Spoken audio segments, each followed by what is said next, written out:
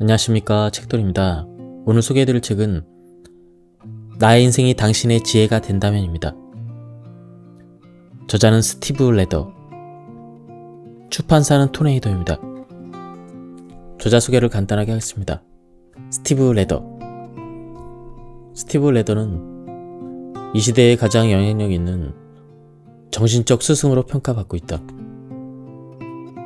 뉴스위크는 그를 미국에서 가장 영향력 있는 10대 랍비에 2번이나 선정했으며 그의 글과 강의는 종교를 뛰어넘어 많은 사람들에게 큰 감동과 정신적인 위로를 전해주고 있다. 그렇다면 바로 본문을 보도록 하겠습니다. 사람들은 일반적으로 나이가 들면서 자신이 저지른 실수에 대해서 관대해지기 마련이다. 어떤 사람들은 심지어 살면서 자신에게 일어난 일 혹은 자신이 했던 행동을 실수로 생각하지도 않는다. 왜냐하면 그 당시에 그들은 자신의 식견으로 할 수 있는 최선의 결정을 했기 때문이다. 사실을 말하자면 과거에 내가 했던 모든 선택은 최선이었다. 어떤 선택은 결과가 좋지 않았다. 하지만 그 결과라는 것은 어차피 모든 상황이 벌어진 후에나 알 수 있는 것이었다. 만약 과거의 나의 모습 그대로 그 순간으로 돌아간다 해도 내 선택은 달라지지 않을 것이다. 결과는 만족스럽지 않았지만 선택을 하던 그 순간에는 옳은 결정이었다. 당신이 어떤 결정을 했다면 그 결과가 마음에 들지 않더라도 후회로 에너지를 낭비하지 말고 그 경험에서 무언가 배우라고 조언하고 싶다. 삶에 대한 후회가 전혀 없는 사람들도 있다. 이들은 삶의 모든 결정과 경험이 궁극적으로 신의 손에 달려있다고 믿고 있다. 내 친구 아만다는 나에게 이런 말을 한 적이 있다. 난 지난 일에 대해서 그때 그렇게 하지 말았어야 되는데 이런 후회를 해본 적이 없어요. 아만다의 남편은 코로나 바이러스에 감염되어 젊은 나이에 세상을 떠났다. 그녀와 6개월 된 그들의 아이만이 세상에 남겨진 것이다. 하지만 그 힘든 상황에서도 그녀는 말했다. 신께서는 나의 삶을 이끌어 주시고 내가 항상 있어야 할 곳, 내가 언제나 향해야 할 곳으로 인도해 주신다는 믿음이 있어요. 그러나 앞서 소개한 캐롤라인, 아만다, 시장과 같은 태도를 가진 사람들은 소수에 불과하다. 사실 대부분의 사람들이 많은 후회 속에서 살아간다. 과거에 했던 행동이나 실수 때문이 아니라 마크처럼 하지 못했던 일 때문에 후회를 하게 된다. 죽음을 목전에 둔 많은 사람들과 이야기를 나누면서 나는 그들 다수가 이런 후회 속에 있다는 것을 알게 되었다. 심리학자인 윌리엄 마스터는 3,000명에게 다음과 같은 간단한 질문을 했다. 무엇을 위해 살아야 하나? 그 결과 응답자의 94%가 미래를 위해 현재를 견디고 있다고 했다. 그들은 앞으로 일어날 일을 기다리고 이상형이 나타나기를 기다리고 아이들이 자라기를 기다리고 대출금 상환을 마치는 날을 기다린다. 휴가를 기다리고 은퇴를 기다리고 지역 사회에 참여할 때를 기다리고 새로운 기술, 취미를 배울 때를 기다린다. 기다리고 계속 기다린다. 매일 새로운 날과 기회가 우리를 지나쳐가지만 우리 중에 94%의 사람들은 다른 날을 기다린다. 수년 전 한 유대교 고등부원 신도가 남미의 작은 마을에서 한 학기를 보내고 로스앤젤레스로 돌아왔다. 그곳과 이곳의 가장 큰 차이점은 무엇이었나요? 내가 물었다. 거기 사람들이 더 행복해 보여요. 그녀는 주저없이 말했다. 그들은 우리보다 가진 것이 훨씬 적지만 훨씬 더 행복합니다. 노래하고 춤추는 것을 좋아하고 더 많은 기념일을 축하합니다. 가족들은 함께 식사하고 아플 때는 서로 챙겨줍니다. 이웃에 어려운 일이 생기면 서로 도와줍니다. 우리가 마지막으로 춤추고 노래했던 때는 언제인가? 가족이라면 마땅히 해야 될 일들, 함께 모여 식사하고 기념일을 챙기고 서로 장난치고 끌어안고 체온을 나누는 일을 우리는 얼마나 자주 하고 있을까? 어려운 이웃을 도와주는 것은 차치하더라도 우리 중 얼마나 많은 사람들이 이웃에 대해서 알고 있을까? 94%의 사람들은 이러한 우리 주변의 기회들을 잡기 위해 때를 기다리고 있다가 천천히 혹은 갑작스럽게 세상을 떠난다. 사람들에게 삶에 대해 질문하게 되면서 내가 알게 된 놀라운 사실은 대부분의 사람들이 할 수 있었지만 하지 않은 일에 대해서 후회하는 경우가 그렇게나 많더라는 것이다. 또 하나는 이 책에 공유한 친구들의 대답이 보여주는 것처럼 사람들의 후회에는 다양한 공통점이 존재한다는 것이다.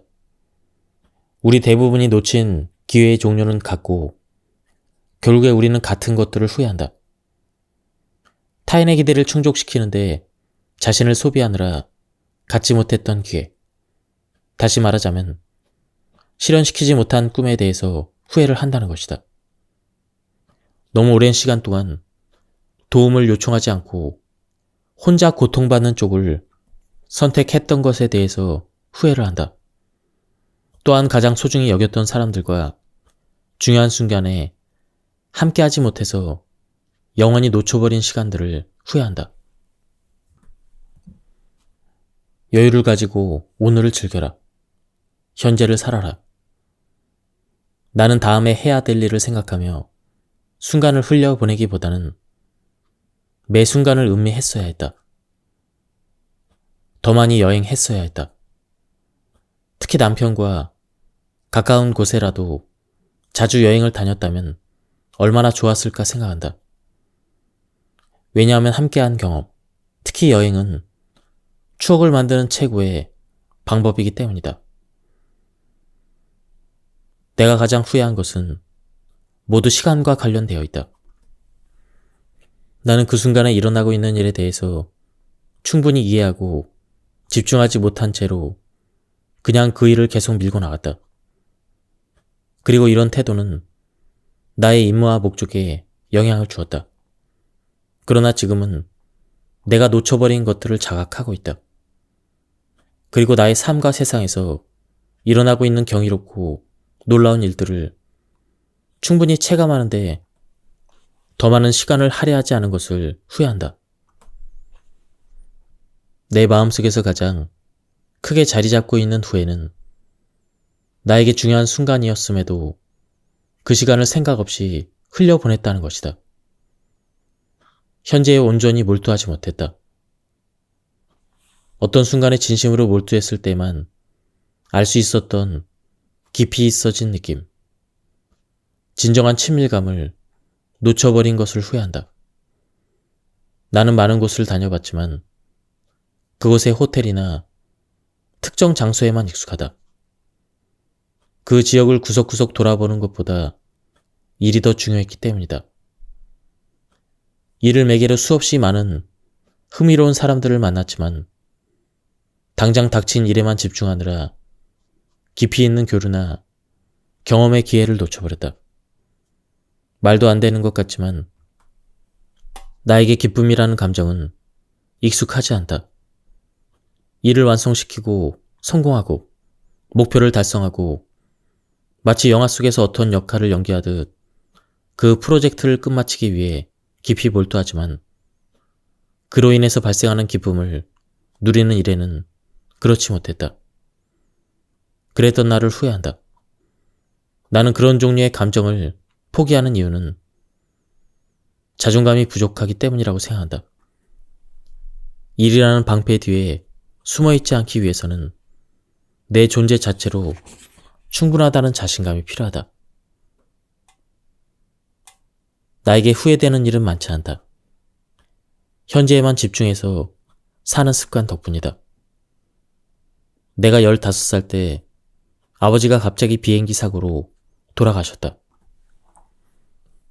그때 과거를 돌아보지 않는 내 삶의 태도가 슬픔을 이겨내고 위기를 극복하는 데는 많은 도움이 되었다. 나는 사랑하는 이들이 지금 이 순간 온전히 살아가는 것의 중요성, 어떤 후회도 남기지 않기 위해 매 순간 최선을 다하는 것의 중요성을 절감했으면 한다. 왜냐하면 내일 당장 어떤 일이 일어날지 모르기 때문이다. 매일이 선물인 것처럼 살아가라. 나는 이것이 진실이라 믿는다. 나는 조바심을 내고 걱정하느라 낭비한 시간, 잘못된 일을 바꿔보려고 애쓰느라 흘려보냈던 시간들을 후회한다. 나의 할머니는 이런 명언을 남기셨다. 난 내가 어쩔 수 없는 일에 대해서는 걱정을 하지 않는다. 나는 그런 정신 상태로 무장하기까지 너무 오래 시간이 걸렸다. 내가 인생에서 가장 후회되는 일 중 하나는 강연 때문에 부모님의 결혼 60주년 기념 파티에 참석하지 못한 것이다. 강연은 내 인생에 있어 사소한 일이었지만 그날 부모님의 기념 파티는 부모님이 함께하는 마지막 파티였다. 그 일로 인해 사랑하는 이를 위한 중요한 행사를 반드시 참석해서 또 다른 후회를 만들지 않겠다라는 결의를 다질 때까지 나는 스스로를 꽤 많이 괴롭혔다. 지금까지도 그 일은 심리치료를 할 때마다 나에게 영향을 주는 약간의 트라우마로 남아있다. 부모님의 나이 들어가는 모습을 체감하고 있다면 나의 선택은 확실해야 했다. 그러나 이러한 결정은 항상 확실하지가 않다. 때때로 부모님을 뵈러 가려고 했지만 많은 경우 다음으로 미뤘다. 나에게 더 후회스러운 일은 내 손자의 유치원 입학식에 가지 않은 것이다. 손자가 몇 년 동안 나의 아내인 할머니의 사랑과 돌봄을 받다가 처음으로 사회에 나간 날이었다. 그 모습을 보러 가지 않은 것을 너무나 후회한다.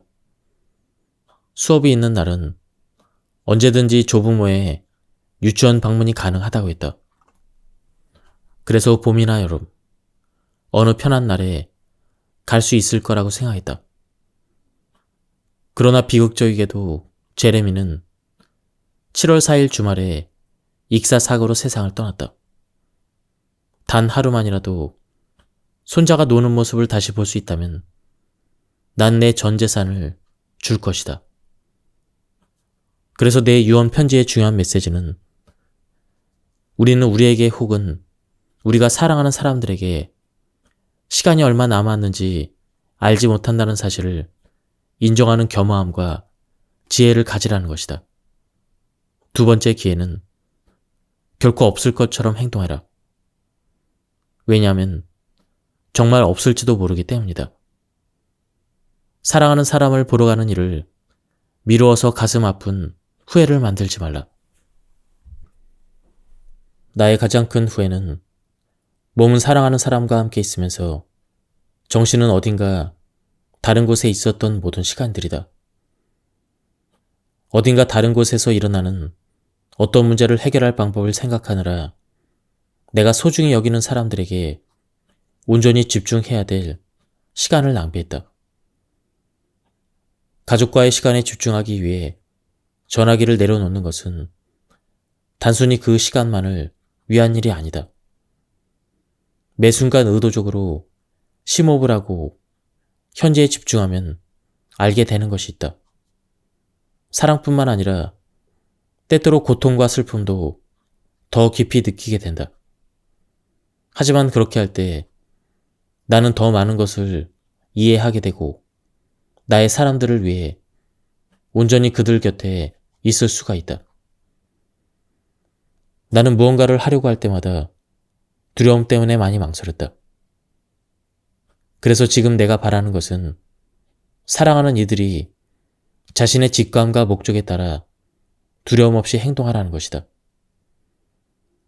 나는 친구가 나와의 인연을 끊을지도 모른다는 두려움 때문에 약물 문제로 고통받고 있는 그녀의 일에 개입하기까지 너무 오랜 시간 망설였던 것을 후회한다.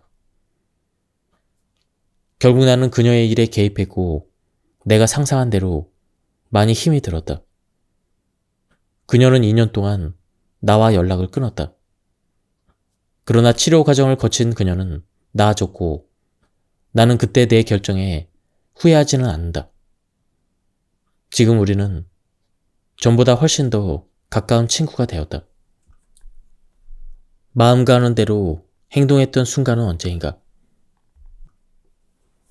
내가 두 번째로 마음에 이끌려 인생에 큰 결정을 했을 때는 스스로에게 통제권도 다른 선택지도 없다고 느꼈다. 미술 선생님이 한 친구와 함께 걸어 들어온다. 이쪽은 배씨야. 오늘 나를 보러 왔어. 미술 선생님이 말한다. 나는 순간 정신이 멍해지고 이쪽은이라는 단어만 들린다. 배씨의 파란 눈과 부끄러운 듯한 시선을 마주하자 나의 영혼이 깨어난다. 나는 사랑에 빠졌다. 나는 이 순간 배씨도 정확히 나와 같은 감정을 느꼈다는 것을 나중에 알게 되었다. 우리는 그날 저녁 식사를 함께 했다. 저녁 식사가 12시간의 데이트로 이어졌고 대부분의 시간을 오하이오 강 옆에 앉아 자연스럽게 서로의 삶에 대해서 이야기하며 보냈다. 우리는 나의 집에서 저녁 식사를 한 후에 함께 소파에 앉아 있었다. 나는 전과는 다른 방식으로 마음속의 말들을 전해야 된다는 충동을 느꼈다. 배씨, 난 당신이 내 운명이라고 생각해요. 저도 그래요. 그녀가 대답했다. 그러면 우리 약혼한 건가요? 나는 물었다. 그런 것 같아요.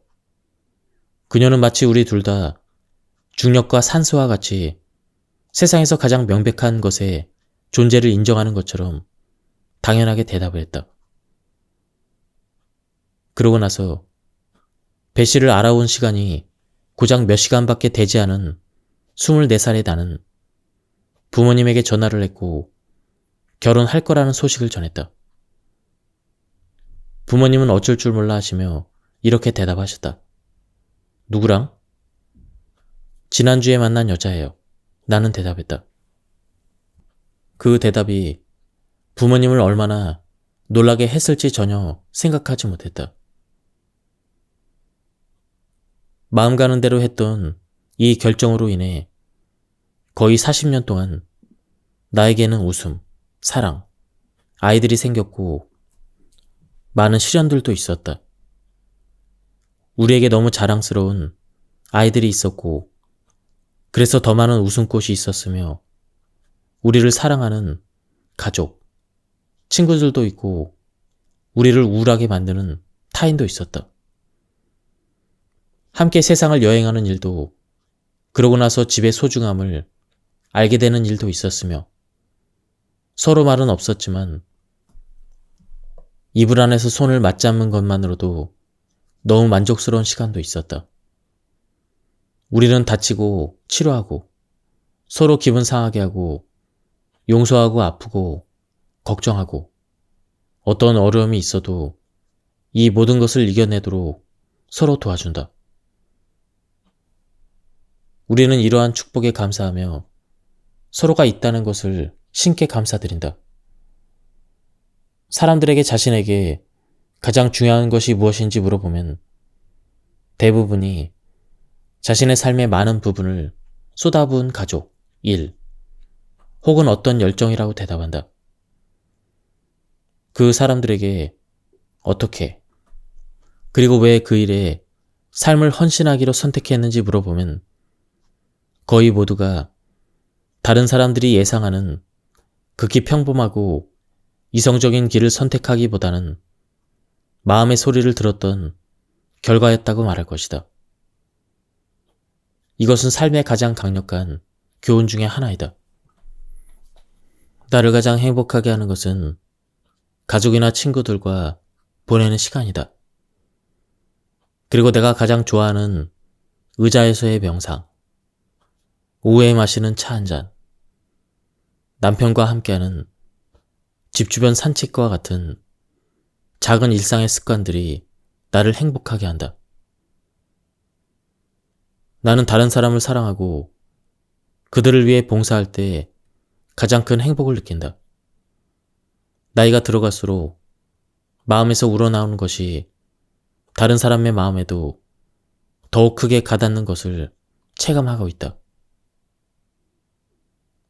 진정한 기쁨과 행복은 다른 사람을 위로하고 돌봐주거나 삶을 지속하도록 도와줄 때 느낄 수 있는 감정이다. 또한 사랑할 때 갖게 되는 감정이기도 하다.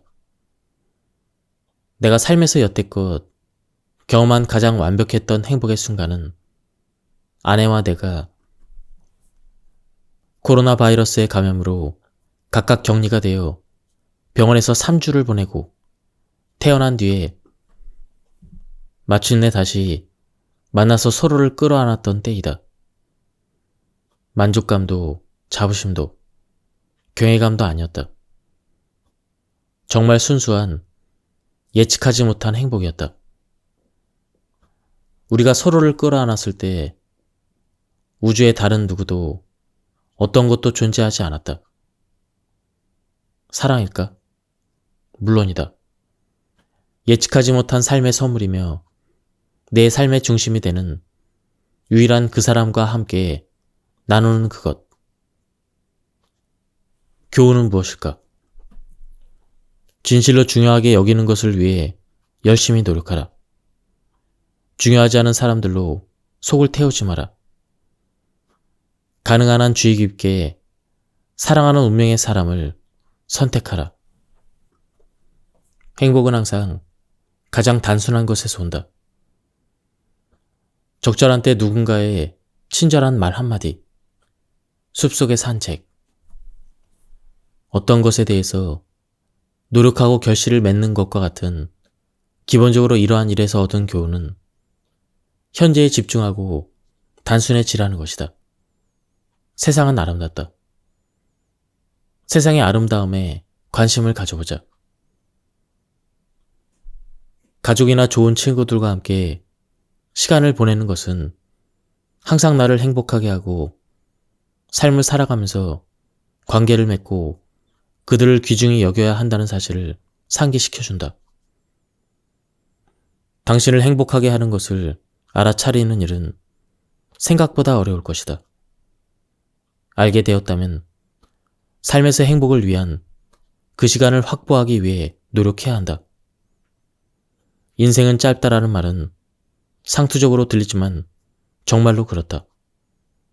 나의 인생을 햄버거의 요리 과정으로 비유해보자면 58세인 나는 지금 패티 한 면이 다 익어 다른 면으로 막 뒤집을 정도의 시간을 보낸 상태이다. 한 면이 다 익은 햄버거 패티를 다른 면으로 뒤집었을 때 훨씬 빠르게 익는다는 것은 모두가 알고 있다. 행복을 미루지 말자. 다음은 탈무드의 내용이다. 수정이 되는 순간에 한 천사가 아이가 될 정의 한 방울을 신 앞으로 가져간다. 만물의 주인이시여, 이 정의 한 방울의 운명은 어떻게 될까요? 천사는 물었다. 이것은 강한 사람으로 성장할까요? 아니면 약한 사람으로 성장할까요? 부유한 사람이 될까요? 아니면 가난한 사람이 될까요? 그 천사는 악한 사람이 될지 아니면 도덕적으로 옳지 못한 사람이 될지에 대한 질문은 하지 않았다. 이 질문은 왜 하지 않았을까? 왜 그 천사는 곧 태어날 아기가 악할지 혹은 선할지에 대해서 신에게 묻지 않았을까? 왜냐하면 우리의 도덕적인 선택의 책임은 우리의 유전적인 구성도 아니고 우리의 환경도 아니며 심지어 신도 아닌 바로 우리 자신에게 있다고 현자는 믿기 때문이다.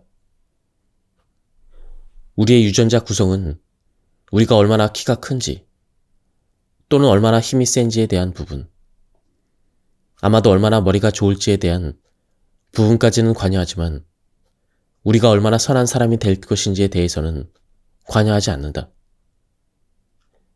이것은 온전히 우리 자신에게 달려있다. 여기 좋은 소식이 있다. 윤리적, 도덕적으로 행동하는 것. 다른 말로 하면 진심으로 우러난 친절한 행동은 가까운 사람들에게서 더 친절한 행동을 이끌어낸다. 도움을 주는 사람, 너그러운 사람들은 다른 사람을 고무시키고 동기를 부여해준다. 이들은 우리 앞에 놓인 우리가 할 수 있는 옳은 선택들을 상기시켜준다. 이들은 우리의 연민을 불러일으킨다. 나는 가끔 귀도 먹고 눈도 멀어버리고 치매까지 앓고 있는 18살이 된 우리 강아지 로지를 생각해본다. 고맙게도 로지는 고통을 느끼지 않는다. 그럼에도 낮과 밤, 밤과 낮을 혼동한다. 베시와 나는 하루에도 몇 차례씩 로지를 안심시키려고 밖으로 데리고 나간다. 한밤중에 로지가 이유 없이 끙끙거리면 난 종종 집에서 깨어 로지 옆에 함께 있어준다. 로지는 심장 판박에 문제가 있어서 하루에 2번 약을 먹는다. 가끔 집안을 돌아다니며 여기저기 머리를 부딪히기도 한다. 때때로 자기도 모르게 소변을 여기저기 흘려버리기도 한다. 오늘 아침 나는 자고 있는 로지를 품에 안고 그 작은 심장이 뛰는 소리를 들었다. 로지가 우리 가족을 기쁘게 해준 모든 순간들을 생각했다. 특히 아이들이 어렸을 때 로지는 많은 기쁨을 주었다. 내가 슬프고 지쳤을 때는 그것을 알아차리고 내 곁에 있어 주었다. 그리고 내가 심하게 아팠을 때는 몇 달 동안 내 옆을 떠나지 않고 나를 위로해 주었다. 로지는 내가 좋은 아파트에 사는 사람이든 길에서 박스를 집삼아 사는 녹수자이든 상관없이 나를 사랑했을 것이다. 나는 지금 로지가 나를 필요로 하기 때문에 옆에 있는 것이 아니다. 로지의 약한 모습은 그녀를 더욱 사랑하게 만들었다. 자신의 반려동물에 대해서 이런 감정을 느끼는 사람이 나만이 아니라는 것을 잘 알고 있다. 인간과 우리가 사랑하는 반려동물의 중요한 차이는 반려동물들은 우리가 그들을 사랑하는 이유에 대해서 관심이 없다는 것이다. 관심이 있다 해도 우리는 이유를 말하지 않았을 것이다. 드물게든 자주든 사람들은 서로에게 사랑해라는 말을 한다. 그러나 대부분 그 이유는 말하지 않는다. 중요한 질문이다. 왜 하지 않는가? 바로 지금이 사랑하는 사람들에게 사랑하는 이유를 알게 할 시간이다. 서로에게 사랑을 키워온 그 세월 동안 자신의 희생에 대한 감사의 마음을 표현하라. 사랑하는 이들에게 그들이 당신을 어떻게 웃게 했는지 말하라. 그들이 당신에게 어떤 의미인지 그리고 왜 그런지 말하라. 그러면 서로에 대한 사랑은 오늘과 내일뿐만 아니라 당신이 세상을 떠난 후에도 오랫동안 지속될 것이다. 나의 아버지는 10년 동안 알츠하이머를 앓았다. 알츠하이머로 더욱 늙어가던 아버지는 결국에는 다른 사람이 되었다. 이런 식으로 아버지는 2번의 죽음을 겪었다. 나는 요양원에 계신 아버지를 방문할 때마다 휠체어에 앉아있는 아버지의 키를 맞춰 몸을 낮추고 아버지와 볼을 맞대며 누군가에게 사진을 찍어달라고 부탁했다. 내 휴대폰에는 그렇게 아버지와 찍은 사진이 수십 장이 있다. 아버지가 살아계신 모습을 보는 마지막 순간일지도 모른다는 생각으로 매번 그렇게 사진을 찍었다. 당시에는 그것이 맞는 일인 것처럼 보였다. 지금 그 사진들을 내 손으로 삭제할 수는 없지만 사실은 가슴 아픈 감정을 숨긴 채 웃고 있는 나와 입을 벌린 채로 허공을 보고 있는 아버지의 모습을 담은 그 사진들이 싫다. 그 사진 속의 아버지는 내가 기억하고 싶은 모습이 아니다. 아버지가 돌아가시고 4년이 지난 지금 아버지의 다른 사진들을 훨씬 더 자주 본다. 지난해 내 동생과 나에게 1980년쯤에 찍은 것으로 보이는 사진을 보냈다. 아버지가 제일 친한 친구인 조이 아저씨와 함께 롤러 스케이트를 타고 있는 사진이다. 사진 속의 아버지는 환한 미소로 자유롭고 편안하게 롤러 스케이트장을 누비고 있었다. 아버지는 즐기고 있었다. 나는 행복한 시간 속에 있는 사진 속의 아버지를 바라보며 조용한 서재에서 큰 소리로 물었다. 어디 계십니까? 그 질문에 대한 대답을 나는 알고 있다. 아버지는 내 마음속에 있다. 인간에게 주어진 가장 특별한 재능인 기억 속의 말이다. 지구상의 다른 생물들과 달리 우리는 과거를 현재로 소환하고 미래로 가져갈 수 있는 능력을 가지고 있다. 치매에 걸리고 암이나 다른 질병으로 병원에 들어가기 전에, 장례를 치르기 전에, 누군가를 잃은 직후 오는 엄청난 슬픔의 무게를 겪기 전에 우리는 사랑하는 사람들을 마음에 그릴 수가 있다. 기억은 우리를 사랑했던 사람이 쇠락해가던 과거의 그 고통스러운 시간으로 되돌아가게도 한다. 그러나 기억은 또한 그 고통을 초월하게도 해준다. 가장 행복했고 가장 만족스러웠으며 충만하던 순간 속에 있는 사랑하는 이들의 모습을 떠올릴 수 있도록 해준다. 당신은 사랑하는 이들이 당신에 대해서 어떤 기억을 갖고 살아가길 바라는가? 향기로운 공기 속에서 행복하고 생기 넘치게 빙글빙글 돌며 춤추고 있는 신부처럼 당신의 어떤 모습이 그들의 마음속에서 춤추게 되길 바라고 있는가? 지금까지 이 책에 대한 리뷰를 모두 마쳤습니다. 제가 발췌에 요약해서 설명을 드렸기 때문에 많은 맥락이 끊겼습니다.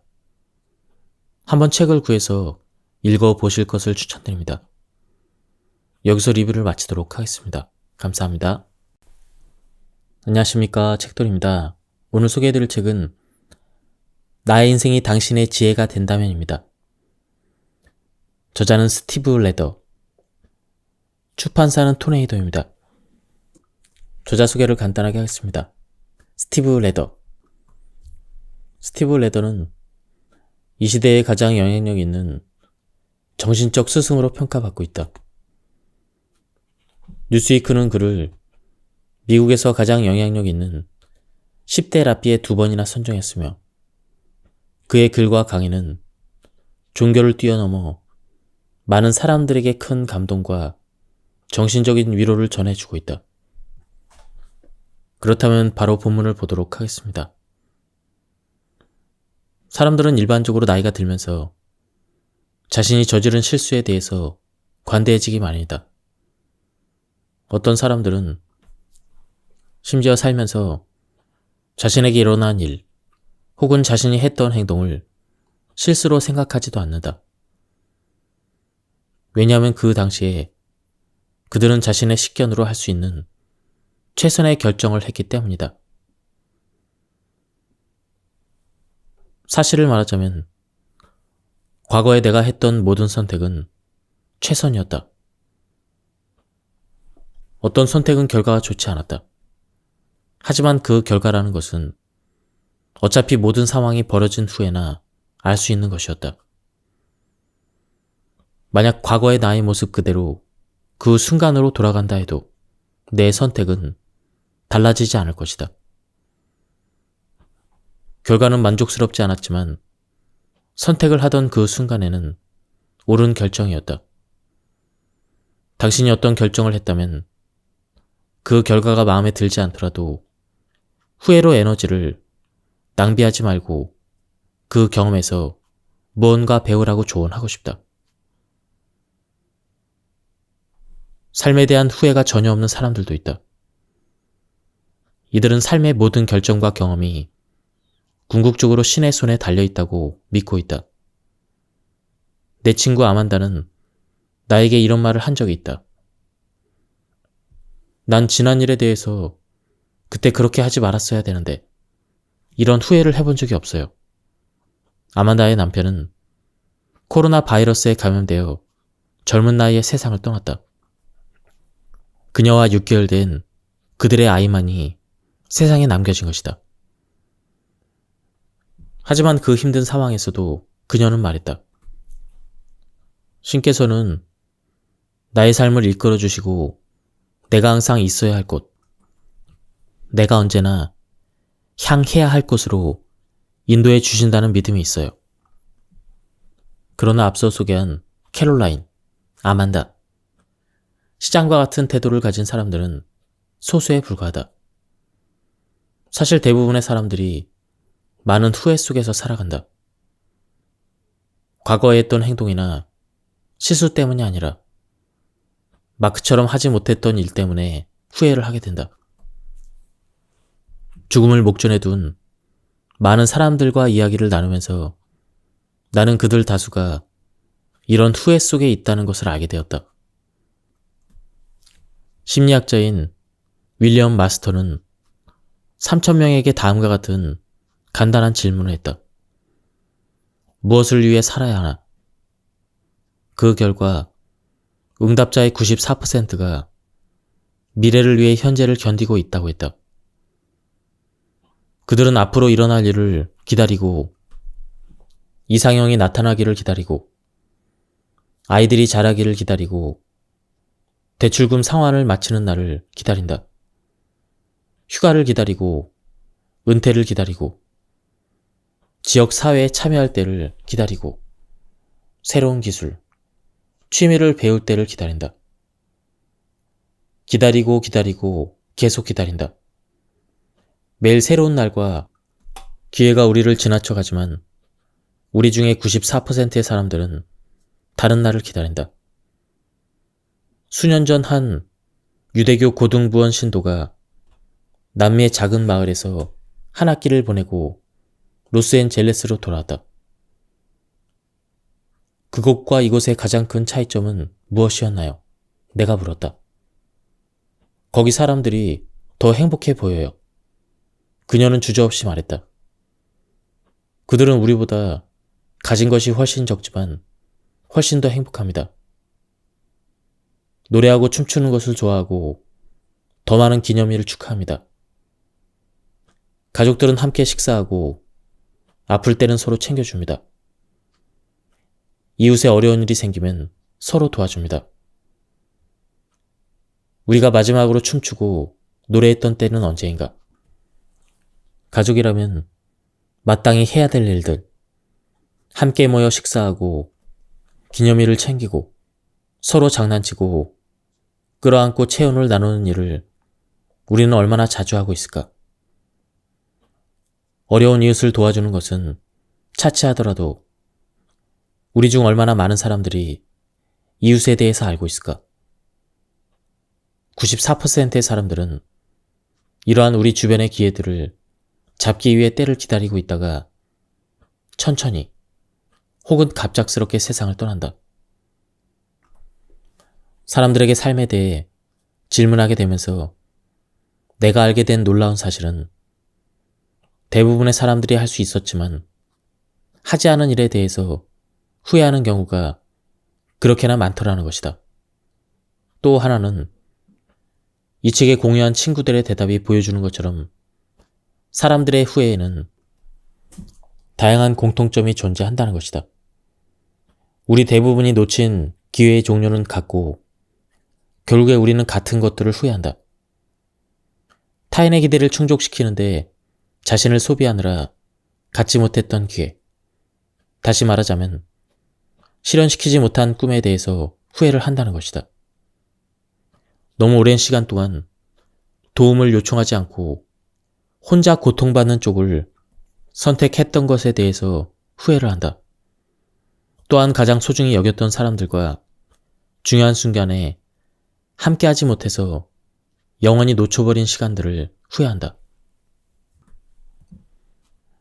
여유를 가지고 오늘을 즐겨라. 현재를 살아라. 나는 다음에 해야 될 일을 생각하며 순간을 흘려보내기보다는 매 순간을 음미했어야 했다. 더 많이 여행했어야 했다. 특히 남편과 가까운 곳에라도 자주 여행을 다녔다면 얼마나 좋았을까 생각한다. 왜냐하면 함께한 경험, 특히 여행은 추억을 만드는 최고의 방법이기 때문이다. 내가 가장 후회한 것은 모두 시간과 관련되어 있다. 나는 그 순간에 일어나고 있는 일에 대해서 충분히 이해하고 집중하지 못한 채로 그냥 그 일을 계속 밀고 나갔다. 그리고 이런 태도는 나의 임무와 목적에 영향을 주었다. 그러나 지금은 내가 놓쳐버린 것들을 자각하고 있다. 그리고 나의 삶과 세상에서 일어나고 있는 경이롭고 놀라운 일들을 충분히 체감하는데 더 많은 시간을 할애하지 않은 것을 후회한다. 내 마음속에서 가장 크게 자리 잡고 있는 후회는 나에게 중요한 순간이었음에도 그 시간을 생각 없이 흘려보냈다는 것이다. 현재에 온전히 몰두하지 못했다. 어떤 순간에 진심으로 몰두했을 때만 알 수 있었던 깊이 있어진 느낌, 진정한 친밀감을 놓쳐버린 것을 후회한다. 나는 많은 곳을 다녀봤지만 그곳의 호텔이나 특정 장소에만 익숙하다. 그 지역을 구석구석 돌아보는 것보다 일이 더 중요했기 때문이다. 일을 매개로 수없이 많은 흥미로운 사람들을 만났지만 당장 닥친 일에만 집중하느라 깊이 있는 교류나 경험의 기회를 놓쳐버렸다. 말도 안 되는 것 같지만 나에게 기쁨이라는 감정은 익숙하지 않다. 일을 완성시키고 성공하고 목표를 달성하고 마치 영화 속에서 어떤 역할을 연기하듯 그 프로젝트를 끝마치기 위해 깊이 몰두하지만 그로 인해서 발생하는 기쁨을 누리는 일에는 그렇지 못했다. 그랬던 나를 후회한다. 나는 그런 종류의 감정을 포기하는 이유는 자존감이 부족하기 때문이라고 생각한다. 일이라는 방패 뒤에 숨어있지 않기 위해서는 내 존재 자체로 충분하다는 자신감이 필요하다. 나에게 후회되는 일은 많지 않다. 현재에만 집중해서 사는 습관 덕분이다. 내가 15살 때 아버지가 갑자기 비행기 사고로 돌아가셨다. 그때 과거를 돌아보지 않는 내 삶의 태도가 슬픔을 이겨내고 위기를 극복하는 데는 많은 도움이 되었다. 나는 사랑하는 이들이 지금 이 순간 온전히 살아가는 것의 중요성, 어떤 후회도 남기지 않기 위해 매 순간 최선을 다하는 것의 중요성을 절감했으면 한다. 왜냐하면 내일 당장 어떤 일이 일어날지 모르기 때문이다. 매일이 선물인 것처럼 살아가라. 나는 이것이 진실이라 믿는다.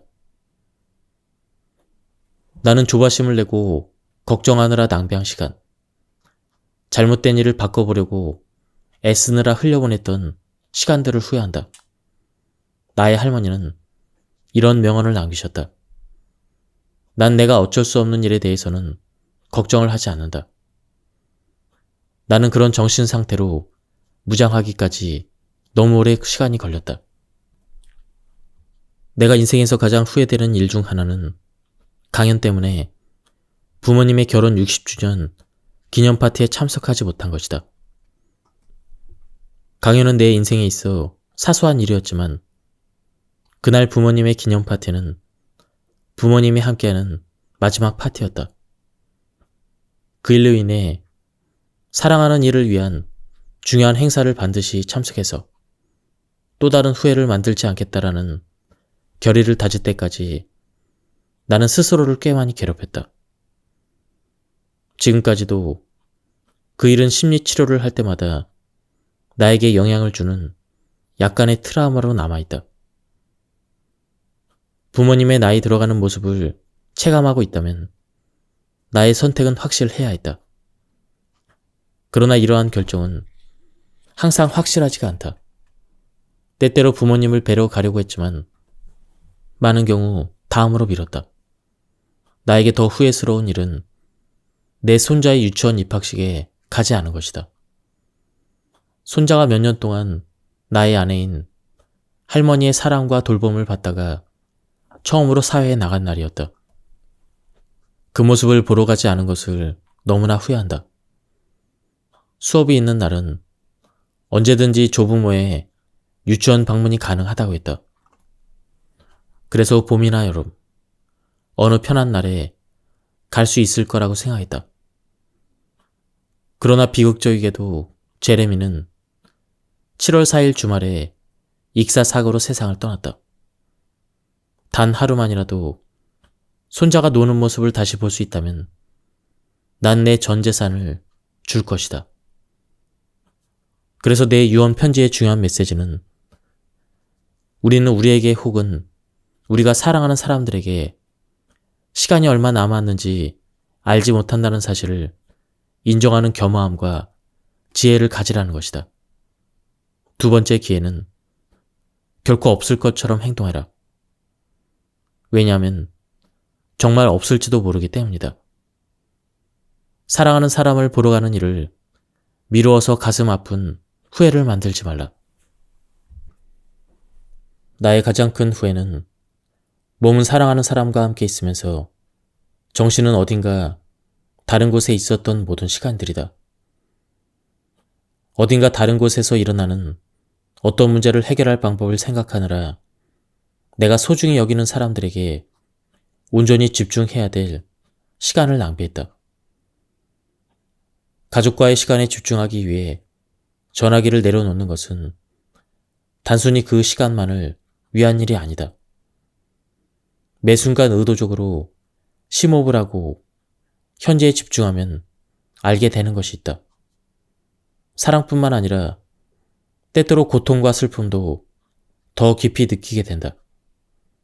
하지만 그렇게 할 때 나는 더 많은 것을 이해하게 되고 나의 사람들을 위해 온전히 그들 곁에 있을 수가 있다. 나는 무언가를 하려고 할 때마다 두려움 때문에 많이 망설였다. 그래서 지금 내가 바라는 것은 사랑하는 이들이 자신의 직감과 목적에 따라 두려움 없이 행동하라는 것이다. 나는 친구가 나와의 인연을 끊을지도 모른다는 두려움 때문에 약물 문제로 고통받고 있는 그녀의 일에 개입하기까지 너무 오랜 시간 망설였던 것을 후회한다.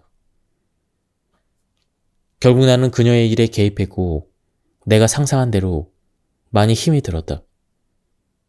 그녀는 2년 동안 나와 연락을 끊었다. 그러나 치료 과정을 거친 그녀는 나아졌고 나는 그때 내 결정에 후회하지는 않는다. 지금 우리는 전보다 훨씬 더 가까운 친구가 되었다. 마음 가는 대로 행동했던 순간은 언제인가?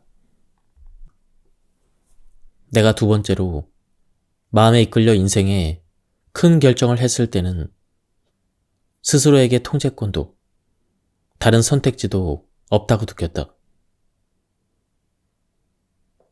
미술 선생님이 한 친구와 함께 걸어 들어온다. 이쪽은 배씨야. 오늘 나를 보러 왔어. 미술 선생님이 말한다.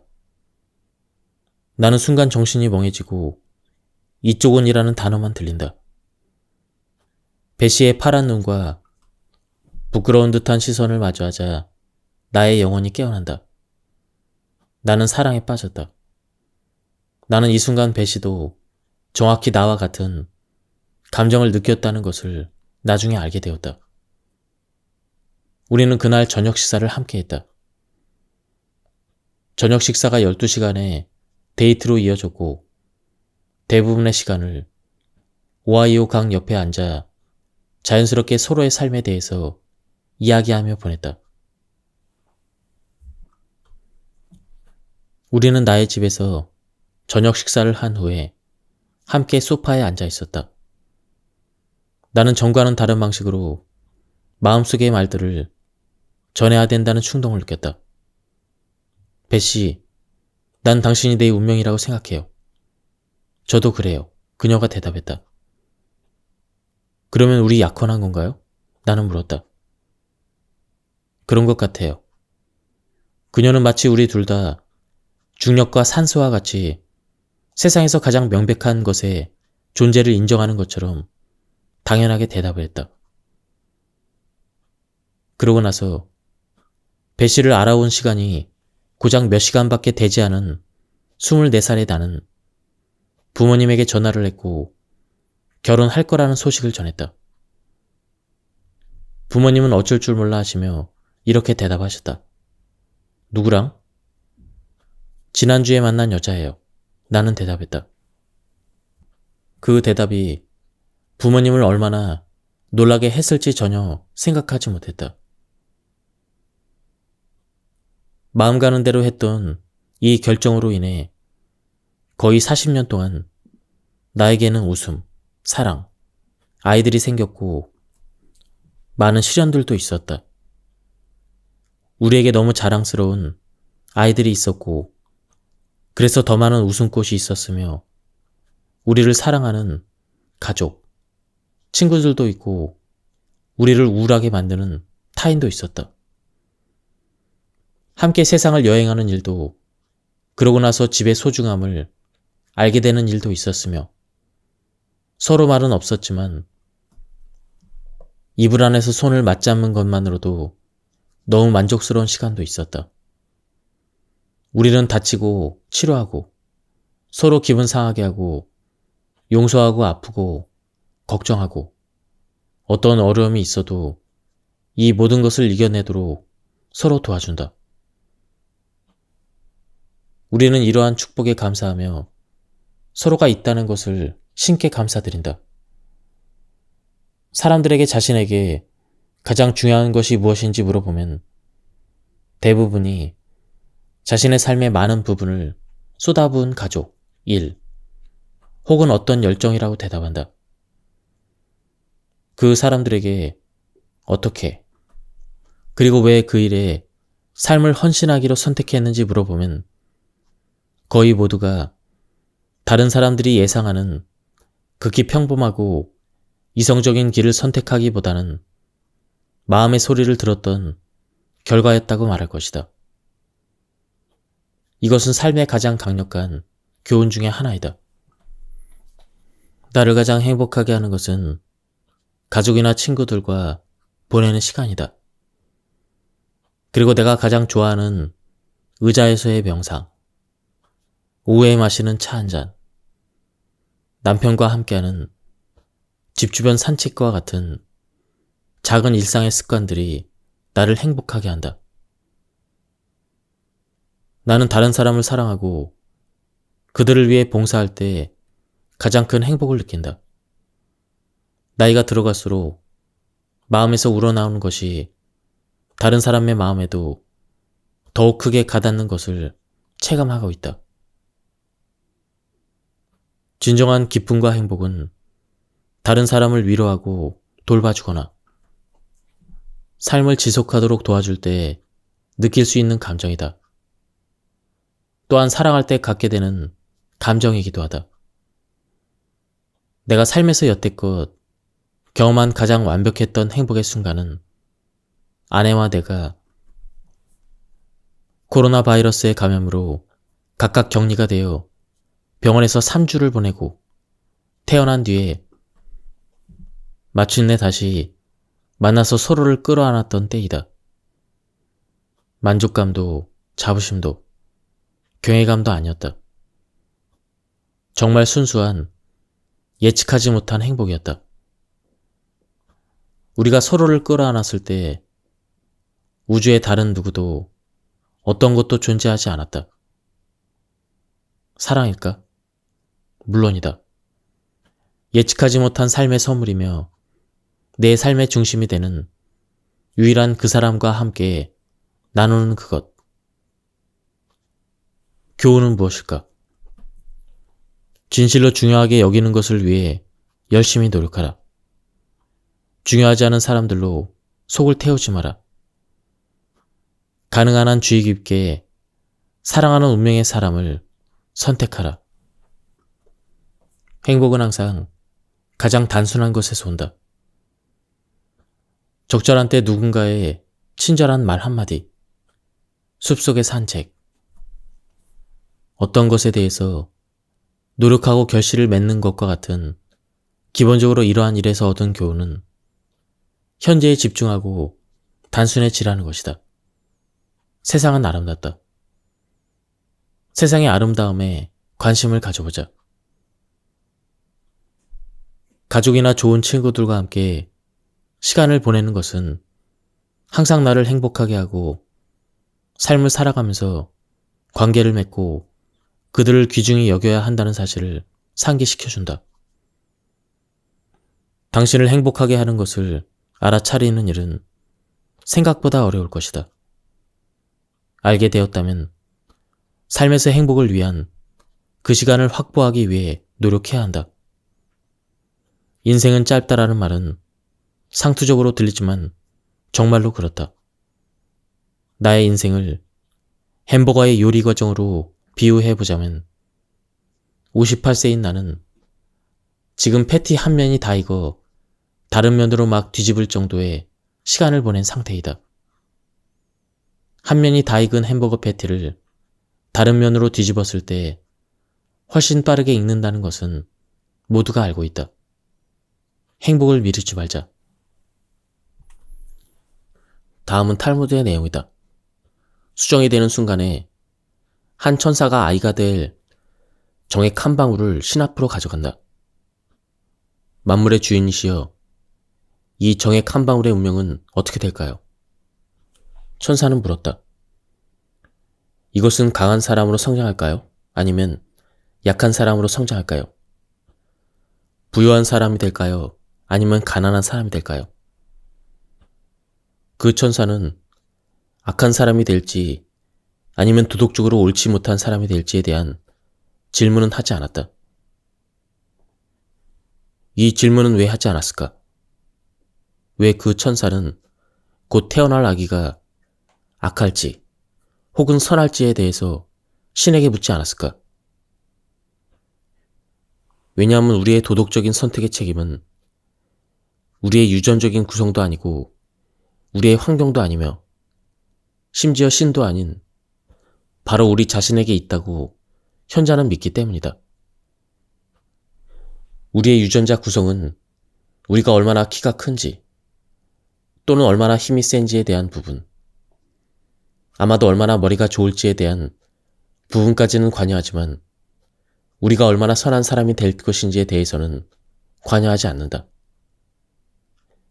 이것은 온전히 우리 자신에게 달려있다. 여기 좋은 소식이 있다. 윤리적, 도덕적으로 행동하는 것.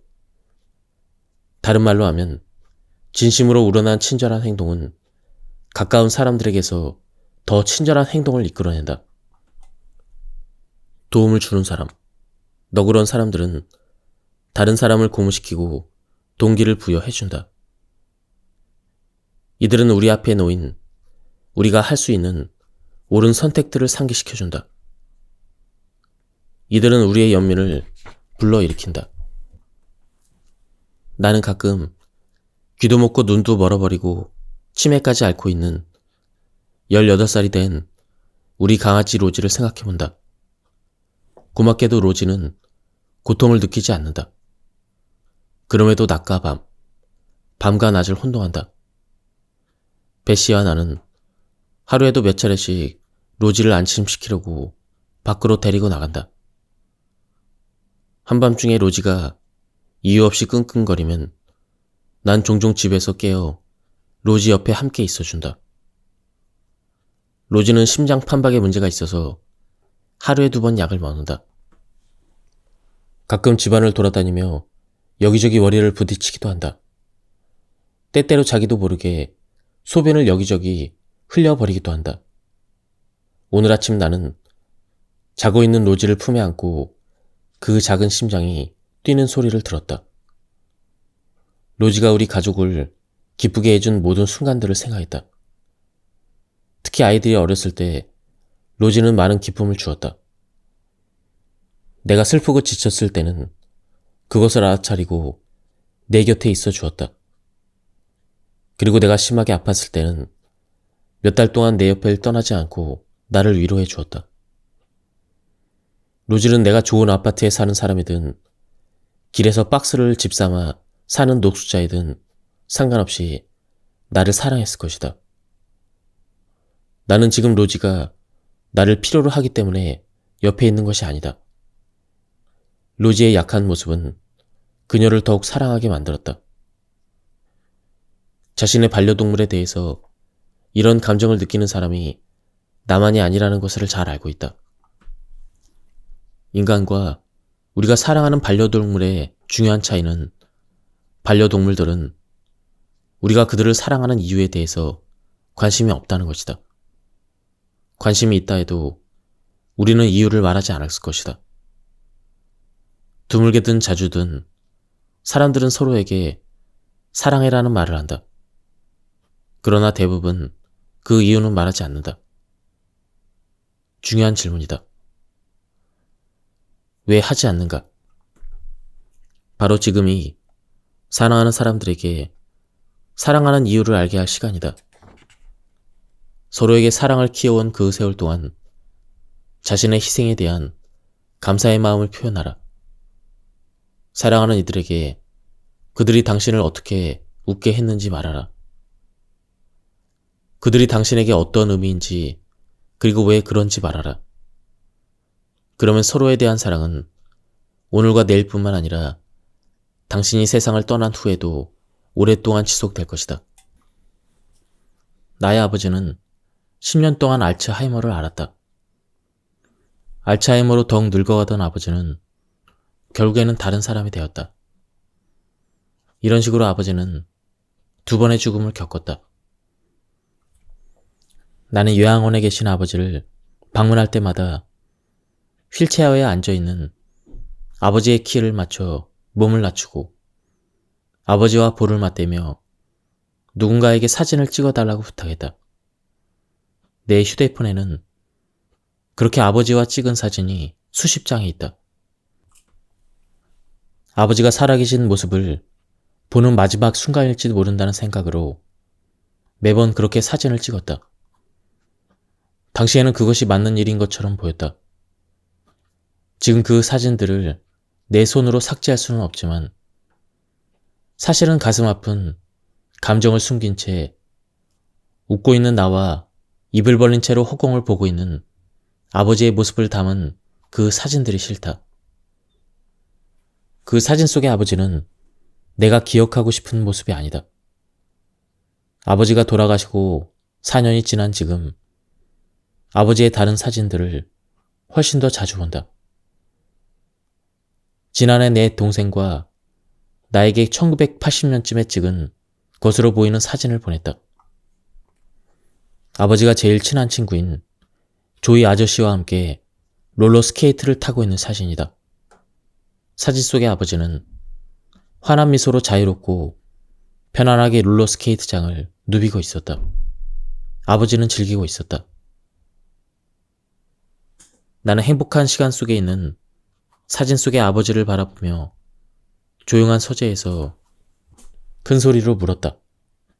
어디 계십니까? 그 질문에 대한 대답을 나는 알고 있다. 아버지는 내 마음속에 있다. 인간에게 주어진 가장 특별한 재능인 기억 속의 말이다. 지구상의 다른 생물들과 달리 우리는 과거를 현재로 소환하고 미래로 가져갈 수 있는 능력을 가지고 있다. 치매에 걸리고 암이나 다른 질병으로 병원에 들어가기 전에, 장례를 치르기 전에, 누군가를 잃은 직후 오는 엄청난 슬픔의 무게를 겪기 전에 우리는 사랑하는 사람들을 마음에 그릴 수가 있다.